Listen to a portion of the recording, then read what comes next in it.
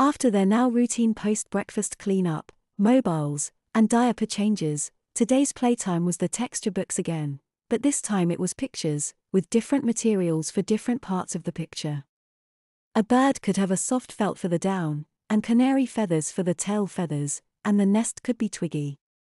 A beach ball would have 3 different smooth materials for the different colors of the ball, and the beach sand would be very slightly gritty.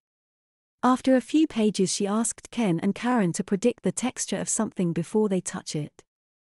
When that was done, Maribel asked for Ken and Karen's tablets from under their caddies and they allowed her to take them so that she could upload a few 3D apps that were good for their coordination. She lent out her mobiles kit and the texture book to them and instructed them and their mom on how they should continue. She also brought out some other toys to lend to them for use when they were more skilled in their new bodies. The inflatable tubes were free and Ms. T said she would get a good rolling mat for them before they could get used to the texture of the low-pile carpet in her house. Then, it was time to use Maribel's mat for one last time.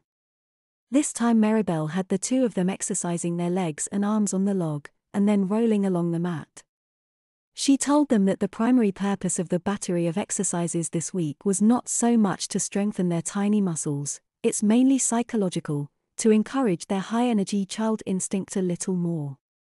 Studies showed regenerates really benefited from this activity early, as well as non-regenerate infants. The little consultant also talked to Emily on nutrition and to encourage as much bonding as possible. She told her that jarred food is great but homemade baby food is most flexible. She handed Emily her complement of homemade infant meat dinners for when that time comes, and told her to make it a surprise every meal time and rotate everything around while adding new stuff.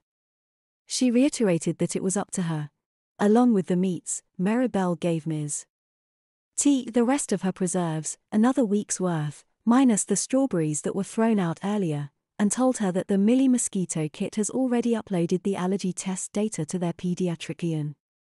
Lunchtime was peaches. Karen hated peaches, and had always her whole life. However, she really did not want to upset the routine, so she asked them to ignore the reflexive gags and yucky faces and she will try to get used to them. Ken was very tolerant of anything sweet. That's just the way he always had been.